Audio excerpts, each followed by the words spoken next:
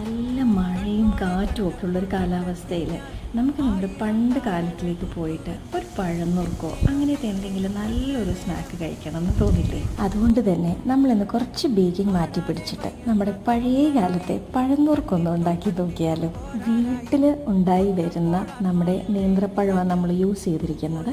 അതും നല്ല ഗീയും ഒക്കെ യൂസ് ചെയ്തിട്ട് നമ്മൾ ആദ്യം തന്നെ ഗ്യാസ് സ്റ്റവ് ഒന്ന് കത്തിച്ച് നമ്മുടെ പാത്രമൊക്കെ വെച്ചിട്ട് അതിലേക്ക് ഇപ്പോൾ പറഞ്ഞ ആ ഗീ എല്ലാം ഒഴിച്ചിട്ട് ഒരു 2-3 ടേബിൾ സ്പൂൺ തന്നെ ഇട്ടു. കാരണം നമുക്ക് ഏകദേശം 5-6 വലിയ പഴമുണ്ടായിരുന്നു.